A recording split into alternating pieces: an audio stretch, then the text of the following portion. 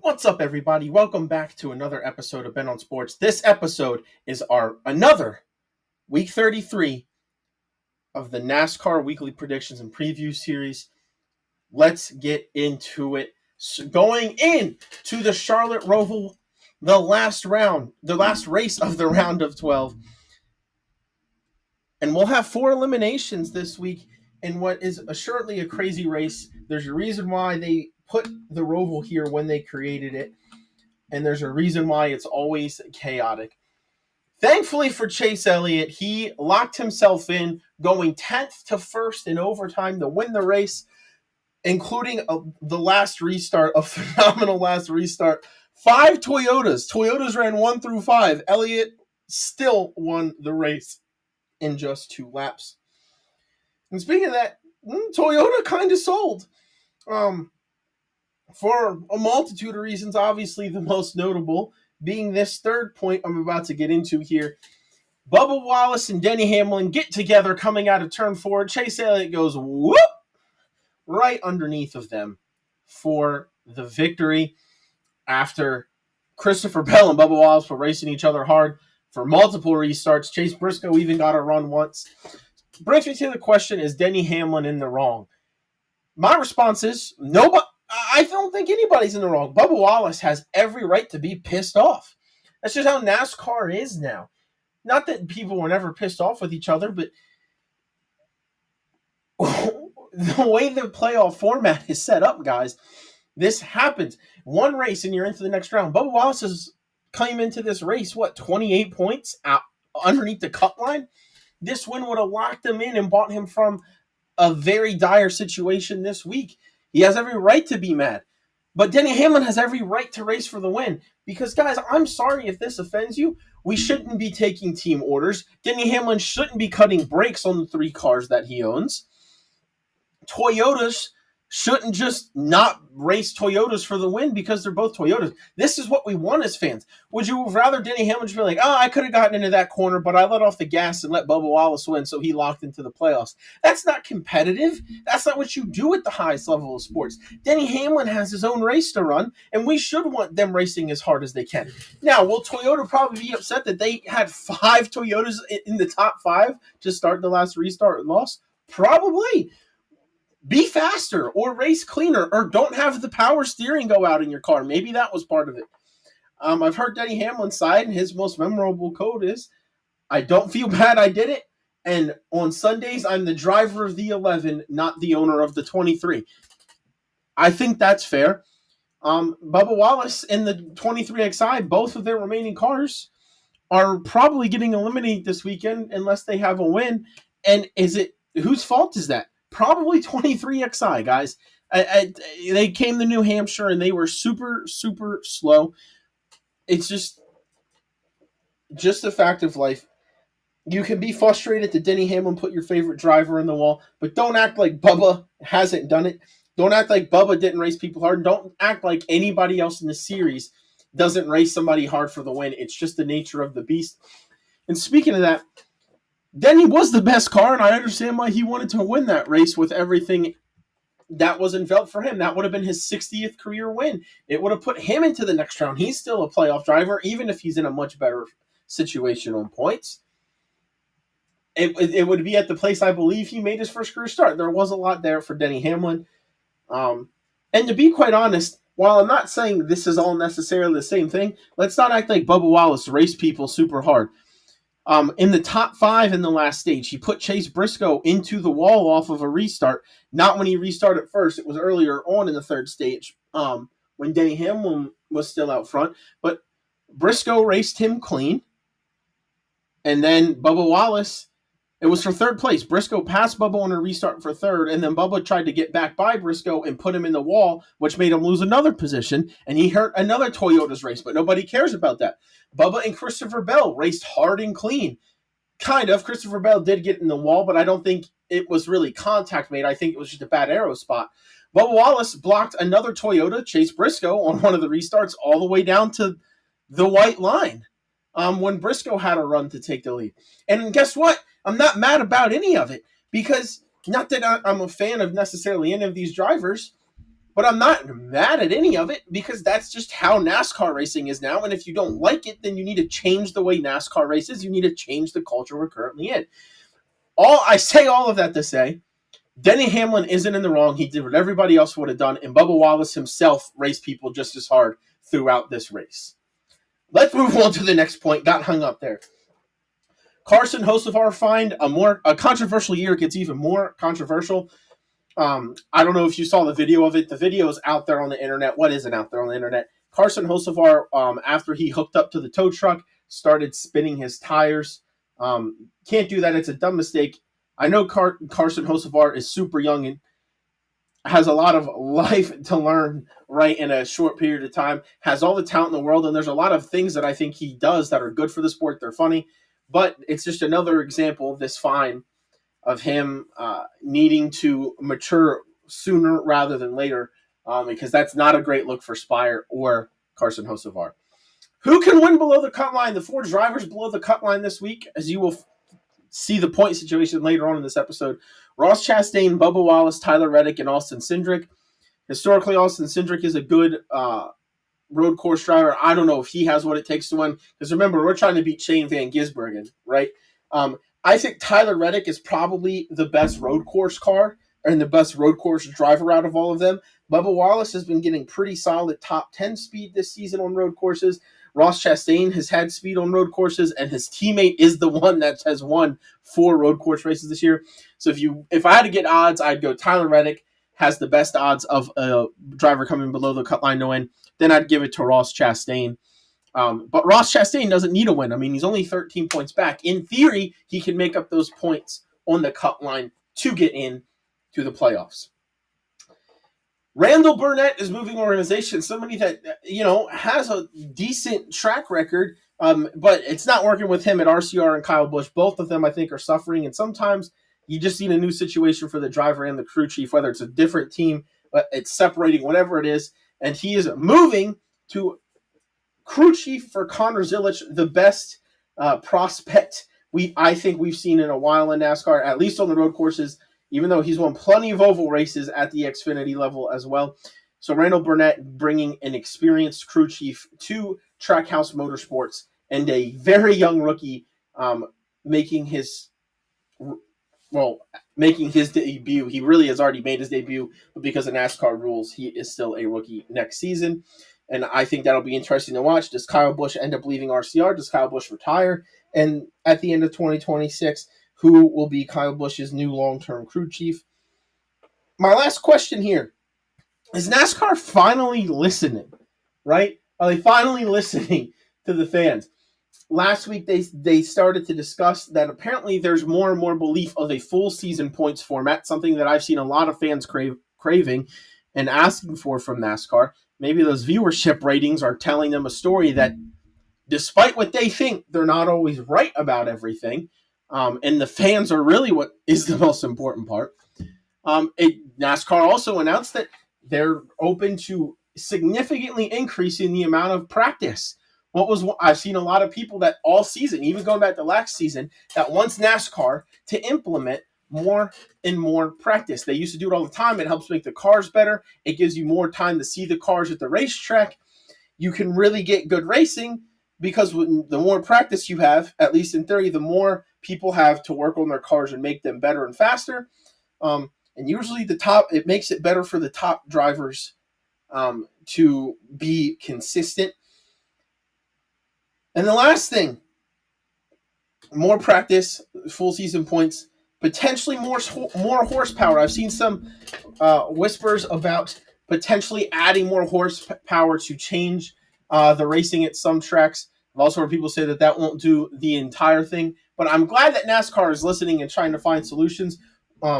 It's funny, I say that they're listening about practice, and then they close practice for the Xfinity race this weekend at the Roval. So I don't know what's going on. Maybe NASCAR's listening and they finally are realizing that they have a dedicated fan base, and while it's great to go get new fans, at some point you have to cater to your dedicated fan base, because when they stop watching, you're in trouble. And if you look at the in-person attendance and the TV ratings, they are going down as this season closes out, and which sucks because this season has been a pretty good one with no clear favorite. Let's put it that way, right? There's any. It really feels like anybody can win it this year, and it's exciting because there isn't that dominant driver, I think. And uh, NASCAR still having trouble getting viewers, so maybe they're finally listening. All right, now that we got storylines out of the way, let's get into some history at the Roval. Remember, the Roval is always the first weekend in October, essentially. Um, it's always the cutoff from 12 drivers to 8 in the playoffs. Who has won the race in the next gen?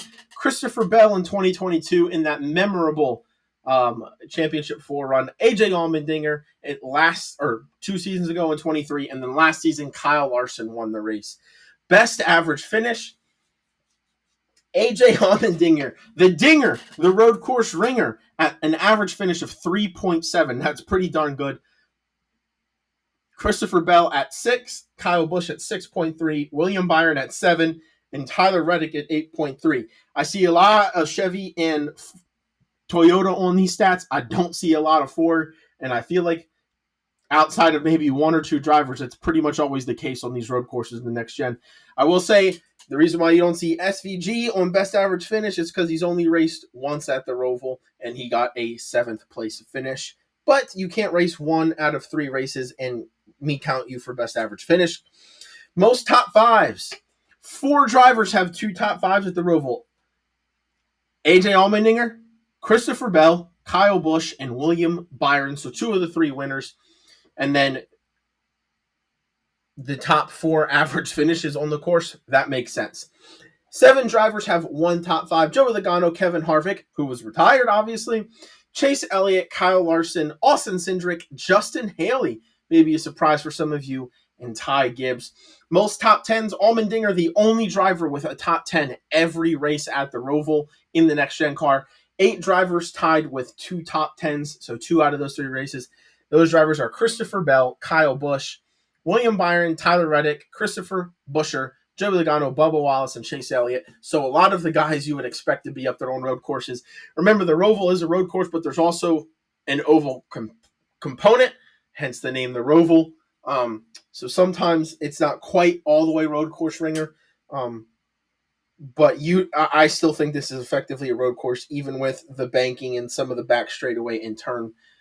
Even with the oval part, I would still say this is just a road course, not a whole lot of oval things going on.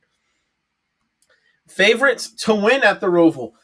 Well, team rankings, number 1, Trackhouse. Obviously, Shane Van Gisbergen is going to be the favorite.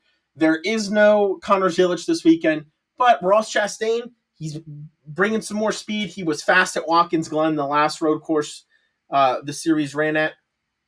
He's won on the road course, and he's Trackhouse's last playoff driver. So, yeah, you have Shane Van Gisbergen, who's super fast, but Ross Chastain has been fast. He's won on road courses, and he needs a good run from below the cut line this week. So I think Trackhouse has at least 1 driver, probably 2 that are capable of winning this race. Give me Trackhouse Racing to be the favorite this week. Hendrick is always one of the favorites. They are this week. Kyle Larson is on there. William Byron and Chase Elliott are both good road course racers and both have multiple road course wins. Hendrick figure should be you should see them towards the top of this race. Joe Gibbs Racing. Christopher Bell has already won here. He has multiple road course races. He won another road course race that's held at an oval track at Daytona, when the only time NASCAR is raced at the Daytona road course. Christopher Bell won that as well, so maybe he's good at these type of tracks. Ty Gibbs is good at road courses. Chase Briscoe has been maybe the second best driver in the series on road courses this year. Very quietly, he's had a lot of speed. He's at the top a lot. And again, another playoff driver that needs a good points day in Chase Briscoe. So both Hendrick and Joe Gibbs, I think, have 3 drivers that could do it. 23XI, Bubba has been top 10 usually this season out on road courses, and Tyler Reddick has been one of the best road course racers in NASCAR, not just this season, but the last couple of years. I expect them, especially with 2 of their 3 drivers, needing a win to advance in the playoffs to show up with speed. And then RFK Racing, Chris Buescher and Ryan Preece have been good this season on road courses. Chris Buescher has been the last couple of years. Chris Buescher has one of the best average finishes on road courses. Chris Buescher is always a threat running a road course race. So give me RFK. My individual driver rankings, a lot of the guys you just heard me mention. Shane Van Gisbergen, got to be the favorite this week. Anytime NASCAR's on a road course, Shane Van Gisbergen's probably the favorite. Eventually, he can't keep winning a road course, though, right? Kyle Larson, last year's winner, 2. Christopher Bell, the 2022 winner, 3. William Byron, 4. And I have AJ Allmendinger all the way down in 5, even though he has the best average finish and he's won here before. I just think the field is getting better and better at road course racing. And while they might not be at Shane Van Gisbergen, I think they are closing in on AJ Allmendinger. And last time we were at a road course, I expected to see better things from AJ Allmendinger. And Colleague Racing seemed like they were off. I still think AJ Allmendinger should do good this week. I just think the guys I have listed above him should have better just raw car speed, and they're good enough on road courses to make up for any. They're good enough on road courses where AJ isn't going to just pass them on raw talent. Tyler Reddick needs a win. I think he's one of the favorites this week. Chase Briscoe seems to be fast in that 19 car, has a top 10 here, needing to advance in 2022 when he advanced to the round of 8 for the only time in his career. Been good on road courses. I think Chase Briscoe could continue to surprise people on road courses this week. Chris Buescher, one of the fastest cars at Watkins Glen, where he won in 2024. Maybe Chris Buescher, who, again, has pretty darn good road course stats. I expect him to be in the top 10 and have another good week. Chase Elliott still hasn't won a road course in the next gen, despite dominating in them in the previous gen car. Maybe this is finally the week Chase Elliott finds victory lane. Even though he doesn't need it, he's already advanced to the round of 8. Definitely doesn't hurt to win a race, have a good run to keep that momentum going. And Ty Gibbs still looking for his first career win with Joe Gibbs Racing. Joe Gibbs can build a good road course car. Ty Gibbs has had speed at most of the road courses. Maybe this is finally the week it clicks and he puts it all together. Let me know in the comments below what organization and what driver you think should be the favorites this week based on recent and overall history at the Roval and building good road course cars. Current playoff standings. You might be asking, why are Chase Elliott and Ryan Blaney first and second when they don't have the most points? Well, it's because they've won. They both have won their way into the round of 8. Once you win, it doesn't matter. You can finish last the other 2 races. It does not matter. If you're in the playoffs and you win, you're in the next round. So those guys are 1 and 2 because they're the only ones locked in. Now, out of all the non-locked in drivers and even overall, Kyle Larson is at plus 54. He could lock himself in at the end of the first stage, I believe, if not get darn close to it. Denny Hamlin at plus 48, Christopher Bell at plus 44, and William Byron at plus 40. Those guys are separated by 14 points, and they are the top 4 drivers in points this round, even with none of them winning races. Those guys have got to feel safe. If you're 40 plus up on the cut line and you have 2 other drivers behind you, minimum, I think all of those guys, while they could lose some ground to the cut line if they don't win, all of them should feel comfortable. It would take, I think, a new winner and one of them wrecking out and finishing 36th for them, something like that, for them to miss it. But theoretically, it is still possible. But those guys should feel comfortable as long as they I don't even think they need stage points. I think all 4 of those guys, Kyle Larson, Denny Hamlin, Christopher Bell, and William Byron, I think as long as they have a top 20, even without stage points, I think they'll be okay. And then we get to the 2 drivers in on points that I don't feel as safe about. Chase Briscoe up by 21 on the cut line, Joey Logano up on 13.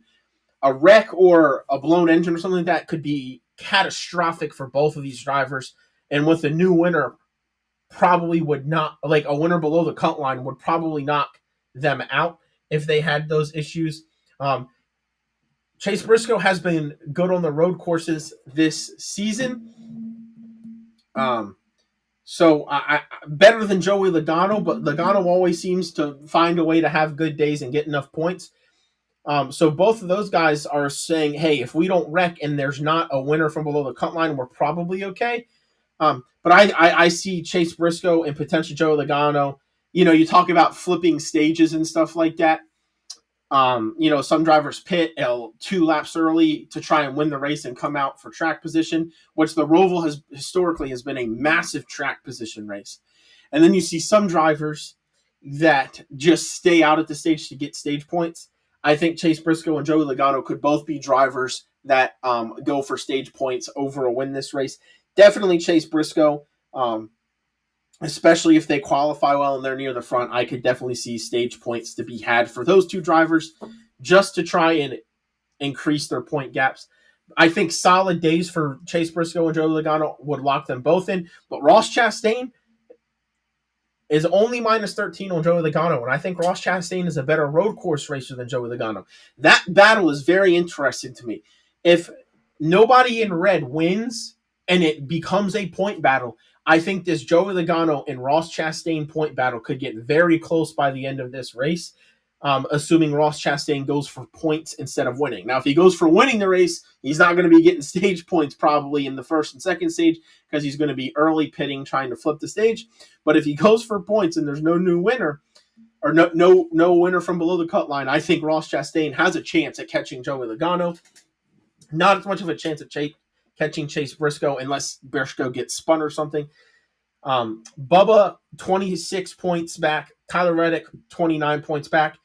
In theory, it's possible for those guys, but it's going to take at least two cars having a bad day and then to have a really good day. They're both probably coming in with the mindset that they need a win. And Austin Cindric at minus 48. Again, technically, if everything in the points worked out perfectly for him, maybe doesn't need to win, but let's be honest, he has to pass too many people, and 48 back. Austin Cindric is in a must-win. Really, the only guys I can see pointing their way, the only guy I think that can point his way in from below the cut line is Ross Chastain. I say that, but keep in mind, every year in the round of 12 at the Roval, there's somebody that enters below the cut line and leaves above the cut line. And that should scare Chase Briscoe and Joey Logano. Quite frankly, let's say Ross Chastain or Tyler Reddick win the race. That moves the battle to Logano and Briscoe of who is going to, and then they're only 8 points separated. So if Chastain, Wallace, Reddick, or Cindric win the race, Logano and Briscoe have a very interesting and close points battle at only +8. And think about it, very, very good thing Joey Logano had a good day at New Hampshire, because after the rough day at Kansas, I think he could have been below the cut line. And another interesting thing I wanted to point out, Chase Elliott and Ryan Blaney should be thankful they won races too. Because Chase Elliott, plus 34, you're still feeling pretty comfortable, but if you wreck or something, or you're one of those people that gets spun out, which happens all the time at the Roval. Remember, guys, this race is chaotic. There's not going to be any room, especially late. There's going to be people getting spun out, right? There's going to be cars dive bombing that take out 4 or 5 cars and potentially take them out of the race. So this is almost just going to be about survival and trying to be at the front of the pack where that stuff can't happen to you, as much as it's going to be about, trying to point and win the race. But Chase Elliott and Ryan Blaney would only be 28 up, and Chase Elliott would only be 34 up, or 29 and 34. So they would both be feasibly within range to get past on points, but thankfully they have both won, if you're fans of Chase Elliott and Ryan Blaney, and neither of them are in that situation. I mean, if Chase Elliott doesn't win that race, he gets 5 extra points for it. He's probably sitting at lower than Ryan Blaney, probably in the mid 30-90s, maybe the high 30-90s in points, and he's right there with Briscoe, where Briscoe could pass him. And then, anyway, I digress. That's why it's important to win races, despite them not being in the top 4 in points so far in this round. They both are still advancing in the round of 8 because of wins. That's why it's so important. Again, I think these top 6 guys are feeling comfortable. I think the points battle is between 7, 8, and 9. And then I think anybody else, 10, 11, 12, are all going to have to win if they want to advance. And remember, just like Martinsville gets chaotic when it goes from 8 to 4, this race gets chaotic. Expect a lot of wrecks, expect a lot of pushing, expect a lot of cars going off track, and a lot of people getting caught up in messes that aren't theirs. That's always how this race goes. I expect no differently this year. Finally, my driver power rankings. I don't know why William Byron is blue. Blue is the Joey Logano color. If you guys watch, you know what that means. Dark green means championship contender. The yellow means should be in the a solidified playoff guy that's a good racer, but probably not a championship threat. That yellow green means you want to race, but you're probably not going to do much in the playoffs. But you got to the playoffs, so that's good. And then the blue is usually Joey Logano's category. Really, Logano and Byron should be flipped in color. Joey Logano is an enigma who sometimes is really good and sometimes really bad, and there's not a whole lot of in between for him. I feel like he could come in averaging. Frequently Logano makes the playoffs with not a great average finish and then dominates the playoffs and wins. That's Joey Logano to a T. But for the second round in a row, he's close to that cut line and could be eliminated. But that 22 team is no stranger to it. So there's your colors. Chase Elliott, coming off of the win this week, has to be number one. He's locked in, not in threat of getting eliminated. Denny Hamlin dominated that race, just an unlucky late caution, and then couldn't quite hold it after a mechanical failure for the win. Still showing a lot of speed. He is in second. Kyle Larson, maybe not the day everybody expected at Kansas, but still a solid top 10, borderline top 5 day on speed. Picked up points. He's feeling comfortable, just like Denny Hamlin is. Ryan Blaney would be higher, but he had a really bad week. Yes, he led a lap, but what does that really mean? Especially with different strategies and everything coming into play with that. Ryan Blaney didn't have a great week, but he still won and has locked himself in. He's still fast at pretty much every type of track. He's fourth. Christopher Bell had a chance to win that race late, still collected a boatload of points. He is in fifth in my power rankings. Chase Briscoe goes from seventh to sixth. Had a good week, qualified on the pole. Didn't finish stage one where he probably felt like he should. Had a good stage two. Also had a chance to win the race late before Bubba blocked him and he kind of lost some momentum. Still finished with a top 5 this week. Going in, not the most comfortable on points, but knows a solid day should get him there. William Byron is in seventh.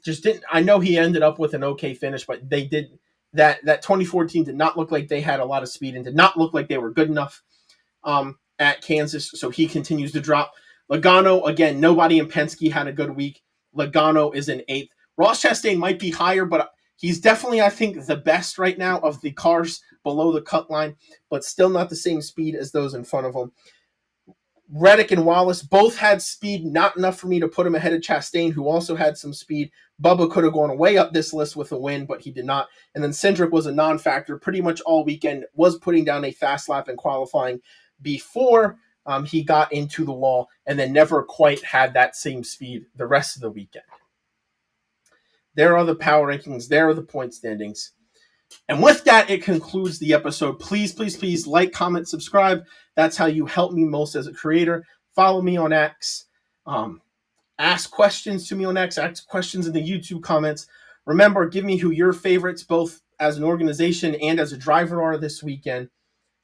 Let me know the 4 drivers you think are going home in the comments below.